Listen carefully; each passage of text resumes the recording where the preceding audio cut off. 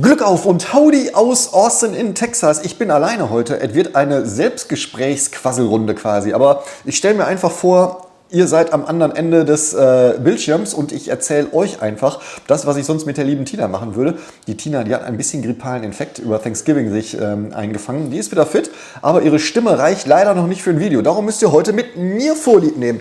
Und zwar geht es darum, um die Visumsmöglichkeiten für Angestellte. Also wie kommt man eigentlich hier hin in die USA, wenn man kein Unternehmen gründen will?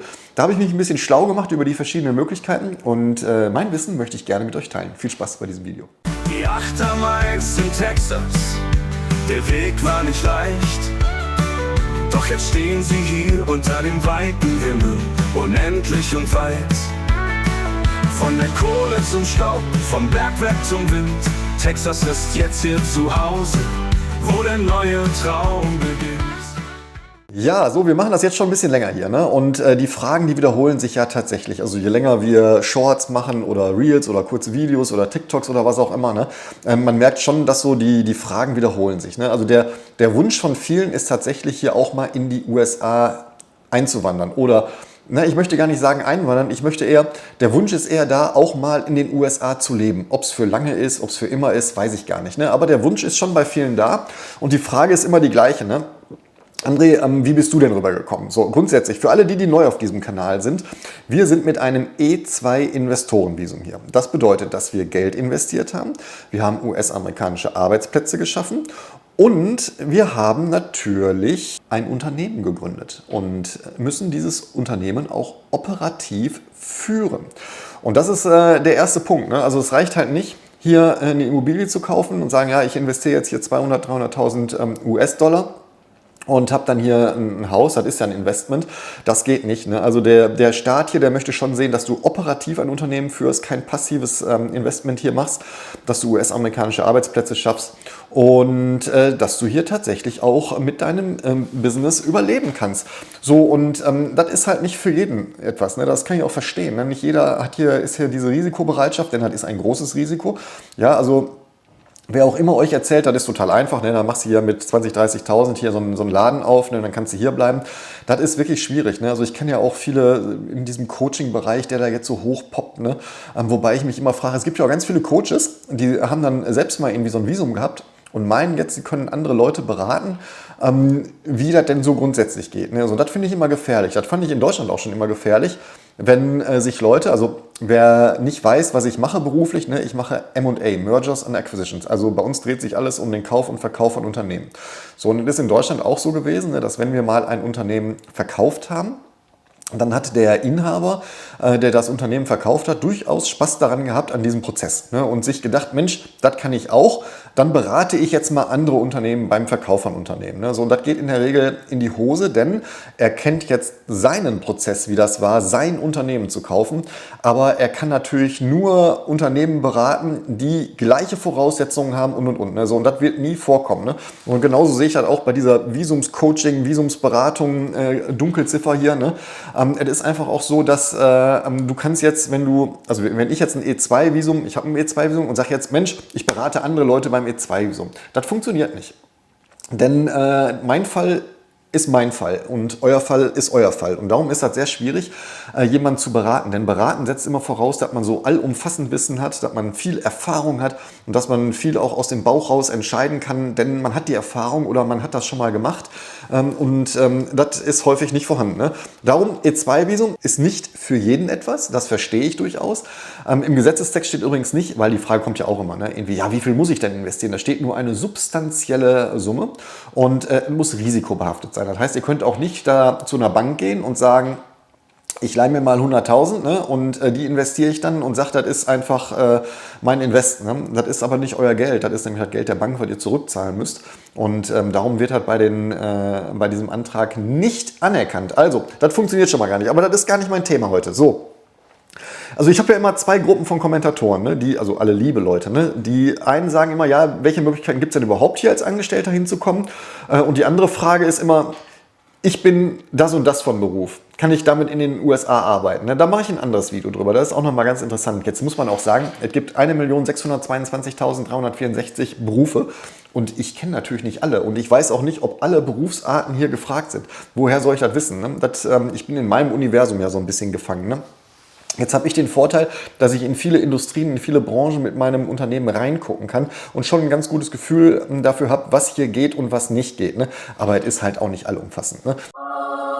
So, also darum heute dieses Video erstmal nur zum Thema Visum. Und wir starten direkt mal mit dem Dauerbrenner, der gerade in der Presse ist. Ne? H1B, H1B. Und das H1B-Visum, das ist gerade in der Presse, weil das aktuelle Government beschlossen hat, es gibt eine sehr hohe Fee, also eine Visumsgebühr, die bezahlt werden muss, um dieses Visum zu bekommen.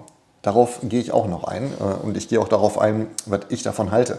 Also grundsätzlich, H1B ist hier in den USA als sogenanntes Inder-Visum verschrieben. Klar, es gibt auch ganz viele Deutsche, die mit dem H1B hier drüben sind, ne? Aber in den USA, also die Amerikaner, wenn du die also zumindest die wir kennen, ich kenne jetzt nicht alle Amerikaner, ne? Aber wenn du die Freunde fragst hier oder die Bekannten, H1B-Visum, dann sagen die alle, ach, das Inder-Visum. Und das liegt daran, dass es, also der ursprüngliche Gedanke war, das ist Special Occupation. Ne? Also wenn du außergewöhnliche Fähigkeiten hast, dann hat die amerikanische Wirtschaft natürlich ein Interesse daran, dass du deine Fähigkeiten in die amerikanische Wirtschaft einbringst und nicht in Indien oder in Pakistan oder in Deutschland lässt. So, und darum hat man dieses H1B-Visum damals eingeführt. Also ich weiß gar nicht, wie lange es das schon gibt. Ne? Und das H1B-Visum ist auch nicht unendlich vorhanden. Ne? Das heißt, ihr müsst euch das so vorstellen, die USA, die haben einen Topf, da sind, weiß ich nicht, ich sage mal eine Zahl, ich kenne die Zahl nicht, ne? Sagen wir mal 50.000 H1B-Visums, Visa im Jahr drin und die werden per Los gezogen. Das heißt, wenn jetzt auf der ganzen Welt amerikanische Unternehmen, und das muss ein amerikanisches Unternehmen sein, was euch sponsort, das heißt, das amerikanische Unternehmen muss sagen, boah, den Heinz, den finde ich total super, der kann was hier kaum einer kann, den hätten wir gerne hier und seine Fähigkeiten hätten wir gerne für unser Unternehmen. Und dann beantragen die also dieses H1B-Visum, beziehungsweise die kaufen ein Los für den H1B-Lostopf, packen den Heinz in den Topf und hoffen, dass der gezogen wird. So, H1B geht sehr viel schneller als andere Visumsarten, da erkläre ich gleich noch mal was zu. Aber H1B ist halt, ja, für außerordentliche Fähigkeiten. So, und die Inder, die haben das so ein bisschen, ist jetzt meine Meinung und die teile ich mit sehr, sehr vielen Leuten hier, so ein bisschen ausgenutzt. Ne? Das heißt, früher war es tatsächlich so, ne? Wenn du ein H1B-Visum hattest, dann war das ein Professor, da war das ein Doktor, ne? Auch aus Indien, ne? Der hat wirklich außerordentliche Fähigkeiten gehabt, der hat nachgewiesen, dass er wirklich gut ist. Ne? Mittlerweile ist es so, dass Microsoft, SAP und die ganzen Tech-Konzerne, die haben dieses H1B-Visum benutzt, um billigere Arbeitsplätze zu bekommen. Und das kommt hier gar nicht gut an in den USA. Ne? Das heißt, irgendwie, die haben die ganzen top bezahlten US-Amerikaner rausgeschmissen und haben dafür aber H1B-Visumshalter aus Indien geholt. Weißt du, dann haben die an irgendeiner indischen Uni, die kein Schwein kennt, ne, einen Bachelor oder einen Master gemacht. Ne? Und dann kommen die hier hin mit einem H1B-Visum, kriegen natürlich deutlich weniger Geld als die Amerikaner und werden dann hier als Mitarbeiter mit außerordentlichen Fähigkeiten verkauft. Ne? Das mag jetzt für viel kontroverse Diskussionen in diesen Kommentaren hier sorgen, aber das ist tatsächlich meine Meinung und das ist die Meinung, die viele Amerikaner hier teilen. Das ist teilweise auch wirklich die Realität. Denn wenn man das vergleicht, ich habe letztens noch mit einer gesprochen, liebe Sandra, falls du hier zuguckst, dann ist das so, dass vor, weiß nicht, 15 Jahren waren das wirklich top ausgebildete Leute, die hier kommen. Ne? Und mittlerweile musst du denen Singen und Klatschen beibringen, ne, wenn die hier hinkommen. Überspitzt gesagt. Aber das ist halt, darum ist das H1B-Visum hier so ein bisschen in Verruf geraten, weil die Inder das natürlich nutzen, um hier einzuwandern. Denn die haben nicht die Möglichkeit eines E2-Visums. Und das sorgt natürlich für sehr viel Unmut hier, weil die Amerikaner ja nicht dumm sind. Ne? Die schnallen schon, dass die Konzerne hier ihr Geld machen, indem die teuren Amerikaner entlassen und die billigen Inder hineinlassen. So ist das nun mal. So, und um das Ganze nochmal zu erschweren, hat sich das Government jetzt gedacht, wie kriegen wir das denn hin, dass die Inder, die hier kommen, also ich sage jetzt die Inder, gilt natürlich noch für andere Länder auch, ne? Also das ist jetzt nicht auf Indien begrenzt, aber Indien ist halt ein Paradebeispiel, weil das hier halt in der Presse hin und her geht. Ne? So, und wie kriegen wir das denn hin, dass die Inder tatsächlich nur hochqualifizierte Leute schicken, die auch wirklich dem Unternehmen Gewinn bringen. So, und da hat man gesagt, dann muss eine hohe Summe davor geschaltet werden. Da gab es ja viel Diskussionen, wie man das macht mit dieser hohen Summe, ob das monatlich ist, jährlich ist oder was auch immer. Stand heute, wenn ich dieses Video aufnehme, sind das 100.000 US-Dollar an Visumsgebühr, die bezahlt werden müssen vom Arbeitgeber, also vom Sponsor, einmalig, um hier ein H-1B-Visum zu erhalten. Das heißt, der Arbeitgeber, der muss schon kalkulieren, der Typ, den ich da hole, erwirtschaftet der mindestens 100.000 Dollar mehr, so dass ich meine 100.000 einfach verpuffen, dass mir das egal ist. Ja, also wenn der jetzt hier hinkommt und mir 500.000 an Gewinn erwirtschaftet, dann sind mir die 100.000 relativ humpel. So war so ein bisschen der Hintergedanke, warum man diese Fee davor gesetzt hat. Und das gilt übrigens nur für alle Neuen. Ne? Also nicht für die H-1B-Visumshalter, die schon hier sind. Auch bei der Verlängerung nicht. Das heißt, nur wenn du ein ganz neues H-1B-Visum beantragst, gelten diese 100.000 Dollar Gebühr. Wie lange das gilt, das weiß nur der liebe Gott. Und ob es ein Gericht irgendwann wieder zurücknimmt, auch das weiß nur der liebe Gott. Das auf jeden Fall zum H-1B-Visum. So, das war früher tatsächlich eine Möglichkeit, auch für Deutsche, wo die Unternehmen gesagt haben, Mensch, Deutschland ist ja Know-how-Träger. Deutschland war mal Know-how-Träger. Das heißt, die ganzen deutschen Ingenieure, die klugen Köpfe Deutschlands, die holen wir mit einem H-1B-Visum hier. Das hat ein bisschen nachgelassen, ne? Denn ein H-1B-Visum ist halt, wie gesagt, jetzt auch teuer und das muss sich halt wirklich rechnen für die Firmen. Ne? Denn der Visumsprozess, der geht zwar schnell, der kostet aber auch wirklich Geld. Also da sind nicht nur die 100.000 Gebühren, ne? Sondern du musst ja auch Anwälte bezahlen und den Antrag und sowas. Ne? Da kommt schon eine Stange Geld zusammen. Darum überlegen sich die Unternehmen das hier sehr, sehr stark mittlerweile, Leute mit H-1B-Visum zu holen. Aber H-1B, also H1B, ist nicht die einzige Möglichkeit für euch, hier hinzukommen. H-1B-Visum, können wir uns kurz merken, ist ein US-amerikanisches Unternehmen, sponsort euch für einen Arbeitsplatz hier in den USA, ist in der Regel gültig 6 Jahre, führt nicht direkt zur Green Card, aber man kann die Green Card danach beantragen. So. Das müsst ihr wissen. Das heißt, H-1B ist nicht direkt Green Card fähig, aber eröffnet den Weg zum Antrag einer Green Card. So habe ich das zumindest verstanden.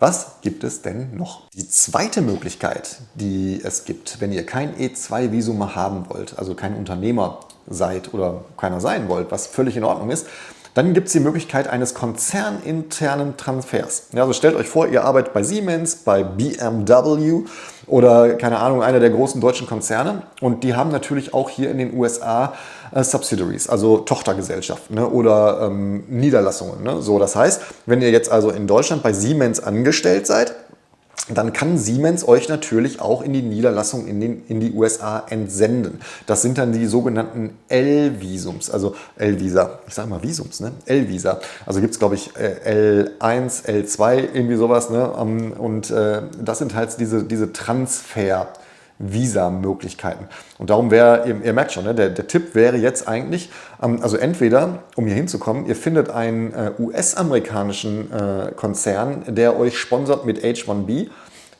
Dauert ein bisschen, ist teuer, ihr müsst wirklich was können, sonst macht er das nicht. Ne? Also die Chance, ehrlich gesagt, ist gerade im Mikrobereich. Oder aber, und das ist wahrscheinlich die realistischere Möglichkeit für euch, ist ein konzerninterner Transfer. Also von Deutschland, einem deutschen Konzern, der eine Niederlassung in den USA hat, mit L1, L2 hier rüber zu kommen. Dann habt ihr hier eine Aufenthaltsberechtigung, habt ihr eine Arbeitsberechtigung und manchmal führt es auch zur Green Card. Denn L1A führt zu einem Weg zu EB1C und das ist ein Visum für internationale Manager.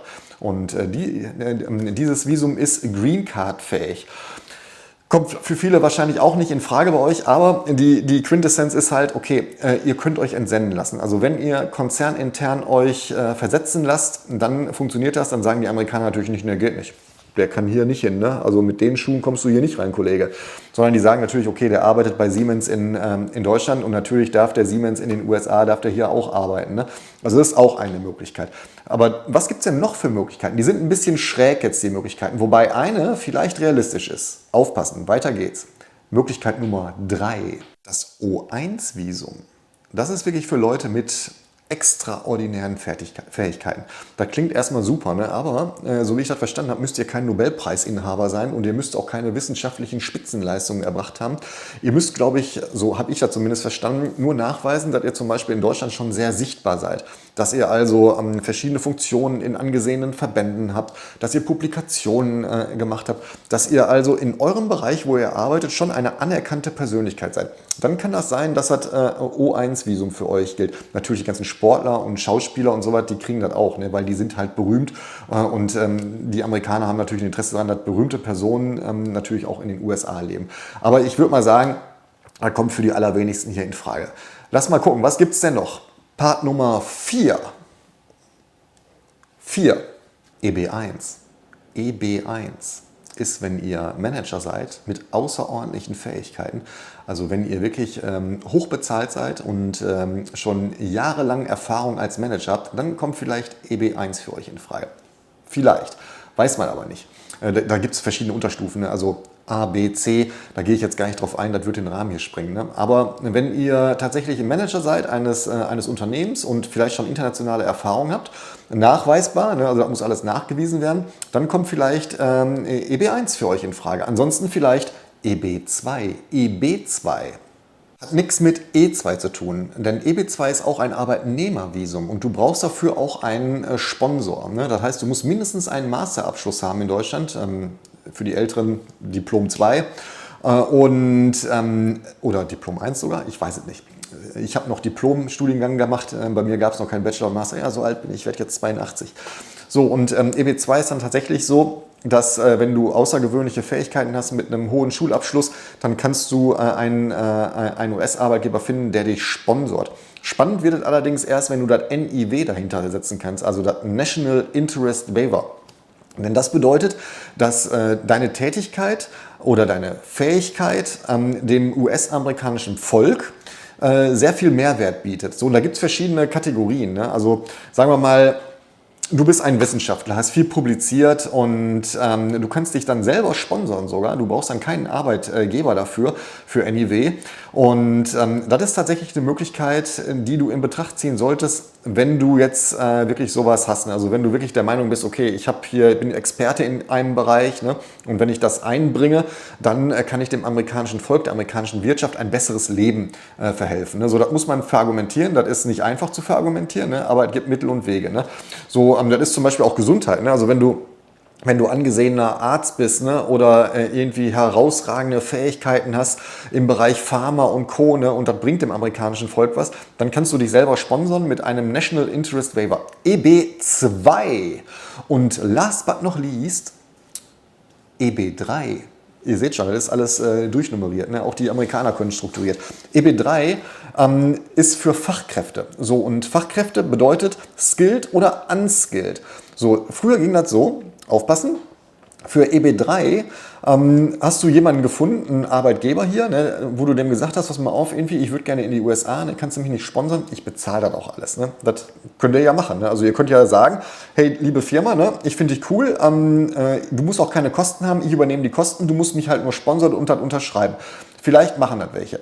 Ist selten geworden. Und auch das, was ich jetzt erzähle mit EB3, die Chance ist mittlerweile so gering, weil der Backlog so groß ist, also die sind hinterher, da erzähle ich so was dazu. Also EB3, Skilled oder Unskilled Worker. Nehmen wir mal die Unskilled Worker, weil alles andere kennt ihr ja schon. So, EB3 ist halt so, war mal gedacht, glaube ich, für die Spargelstecher oder da gibt es, glaube ich, noch eine andere Kategorie für die Feldarbeiter. Ne? Aber stell dir mal vor, du bist jetzt jemand, weiß ich nicht, bei Walmart an der Kasse ist jetzt auch ein bisschen ein doofes Beispiel. Ne? Also irgendwas, wo du keine Ausbildung für brauchst, ne? Irgendein Beruf, wo du keine Ausbildung für brauchst und du findest eine Firma und die Firma sagt, hör mal, pass mal auf, ich habe hier eine Stellenbeschreibung und die würde ich gerne einstellen. Also diese Person, die auf diese Stellenbeschreibung passt, die würde ich gerne einstellen. Ich suche die mal. Dann musst du zum Amt für Arbeit gehen, so nenne ich das mal, ne? Und sagen, das ist die Stellenbeschreibung. Ne? Und dann sagen die, okay, ist gültig, ne? Das ist eine Stellenbeschreibung, die ist valide. Wenn du jemanden findest, dann unterstützen wir dich da. Ne? So, und wenn das abgehakt ist, also wenn die sagen, alles klar, die Stellenausschreibung ist perfekt und die passt zu dir und ich kann verstehen, dass du da jemanden suchen musst, so Topline gesagt. Ne? Also dann machen die immer Folgendes oder haben Folgendes gemacht, dann schalten die Anzeigen in irgendwelchen Zeitungen, Annoncen, die nachweisbar geschaltet sind, die musst du hinterher ausdrucken und dabei legen, die sowieso keiner liest, sodass sich keiner darauf bewirbt. Ne? So, und nach 6 Monaten gehst du zu diesem Amt für Arbeit und sagst, pass mal auf, das ist die Stellenbeschreibung hier, ne? Die habt da gesagt, das ist in Ordnung. Ne? Guck mal, ich habe jetzt hier 6 Monate lang jeden Tag Anzeigen geschaltet in den und den Zeitungen und es hat sich niemand beworben. Ich muss mal gucken, ob ich jemanden im Ausland finde. Und dann sagen die, alles klar, haben wir verstanden, wenn es hier keinen gibt, dann such halt im Ausland. Und zufälligerweise ist der Typ oder die Typin, Sternchen in, die mit dir den Deal gemacht hat, dass sie gerne in die USA möchte, zutreffend auf diese Stelle. Und du gehst hin und sagst dann dem Amt für Arbeit, hör mal, pass mal auf hier, die Dame hier, die habe ich gefunden und die entspricht genau dem Profil. Allerdings kommt die aus Deutschland. Ist das in Ordnung? Und dann sagen die, ja, das ist in Ordnung und du hast ja keinen gefunden. Ne? Dann kommst du quasi hin mit einem EB3-Visum und die ist Green Card fähig. Das heißt irgendwie, du arbeitest dann für den Arbeitgeber eine gewisse Zeit. Ich weiß gar nicht, wie lange man da Arbeit angestellt sein muss, aber das EB3 führt dann halt direkt zu einer Green Card. Das ist schon sehr, sehr komfortabel. Ja, und das allerletzte ist EB5, das sage ich gar nicht. Ne? Also EB5 ist schwachsinnig. Ne? Das ist, wenn du irgendwie 1,8 Millionen auf der hohen Kante hast und sagst, ich möchte das hier investieren, musst mindestens 10 Arbeitsplätze schaffen. Ne? In Rural Areas, also in ländlichen Gegenden, hier zumindest in Texas, zahlst du nur 900.000. Ne? Musst dann auch trotzdem 10 Arbeitsplätze schaffen und kriegst erstmal eine Conditional Green Card über 2 Jahre. Nach 2 Jahren wird geguckt, okay, geht es der Firma gut, ist das Geld weginvestiert und hast du immer noch 10 Arbeitsplätze und dann kriegst du erst die Unconditional Green Card. Das ist total unwirtschaftlich und totaler Humbug. So ist das nun mal. So, also, die Visumsmöglichkeiten, die fallen mir jetzt spontan ein. So spontan ist das nicht, ne? Aber die beantworten hoffentlich eure Frage, wie kann man denn hier hinkommen? Also lasst doch mal ein Fazit ziehen. Ne? Ihr könnt hinkommen, entweder findet ihr amerikanischen Arbeitgeber, der euch sponsert mit H1B. Die Wahrscheinlichkeit ist gering mittlerweile. Denn also H1B geht schneller als EB3, das was ich eben erzählt habe. Ne? Oder aber ihr macht das mit EB3, also Fachkraft hier, findet auch einen Arbeitgeber, der für euch eine Stellenanzeige schaltet und. Das dauert halt lange. Ne? Ich habe gelesen, der aktuelle Backlog ist 36 Monate. Ne? So, und das macht ehrlich gesagt kein Amerikaner. Ne? Kein amerikanisches Unternehmen wartet 36 Monate, dass ein Deutscher hier hinkommt und die Stelle übernimmt. Ne? So, die Chance ist sehr realistisch. Ne? Also vielleicht habt ihr einen Freund, der ein Unternehmen hat, der das macht. Ne? Und glaubt mir, da seid ihr nicht die Einzigen, die das so machen. Ne? Aber den offiziellen Weg hier zu gehen, ist einfach, schafft ihr nicht. Also ihr findet hier kein US-Unternehmen, was 36 Monate auf den Deutschen wartet. Ne? Das heißt, irgendwie, dieses Video ist ein bisschen desillusionierend, denn es ist tatsächlich nicht einfach. Und mich haben ja auch viele gefragt, ja, kann ich mich nicht einfach aus Deutschland raus bewerben hier in die USA und vielleicht nimmt mich ja einer. Das wird nichts. Also ich sag mal, die Ablehnungsquote wird 100% sein, vielleicht 99,999%, denn niemand hat hier Lust, den ganzen Prozess zu durchlaufen mit Visum und Co. Die kennen euch nicht. Ne? Der Arbeitsmarkt, der ist gerade so, dass die sofort US-Amerikaner einstellen können dafür. Ne? Also die Chance ist wirklich schlecht. Es bleibt dabei. Der einfachste Weg, aber auch der risikobehaftetste Weg ist und bleibt E2, so leid mir das tut. Ja, das vielleicht so ein bisschen als Überblick. Ich hoffe, es war nicht ganz so langweilig, ne? Weil mit Tina ist ja schon ein bisschen ist anders. Wobei ihr könnt ja jetzt sagen, ja André, man merkt gar nicht, dass Tina nicht dabei gewesen ist, weil du quasselst der ja eh immer ins Wort. Ich appreciate das und ich gelobe Besserung. Das nächste Video ist wieder mit Tina und ich lasse sie auch ausreden, versprochen. Ja, so, wenn ihr nochmal Fragen habt, ich plane tatsächlich einen zweiten Teil über Berufe und Berufsgruppen hier in den USA. Was macht Sinn, was macht keinen Sinn? Ne? Ich kann schon mal vorwegnehmen, wenn ihr Softwareentwickler seid, also mit Coding und sowas, ne, dann hat das hier keine Zukunft. Ne? Ihr habt gelesen oder gesehen, die ganzen Layoffs der großen Tech-Konzerne, das waren alles Softwareentwickler. Ne? Das Ding ist leider tot. Ansonsten, alles was Handwerk hat, ist gut. Jetzt fange ich schon an, über das Video zu reden für nächstes Mal. Ne? Also, kleine Sneak Peek vielleicht. So, das war dieses Video von mir ganz alleine heute und mir hat es Spaß gemacht und ich hoffe, ihr seid beim nächsten Mal wieder dabei. Ihr folgt mir natürlich auf den anderen Kanälen. Ne? Also was gibt es da hier? TikTok, Instagram, Facebook. Facebook ist auch schräg. Ne? Ist jemand von euch noch auf Facebook? Ich habe immer den Eindruck, ich senke den Altersdurchschnitt auf Facebook extrem. Egal. Also, vielen Dank fürs Folgen, vielen Dank fürs Zuschauen und wenn ihr Fragen habt, schreibt in die Kommentare. Lasst uns gerne diskutieren. Wie gesagt, ich weiß nicht alles, aber ich mache mich schlau. In diesem Sinne.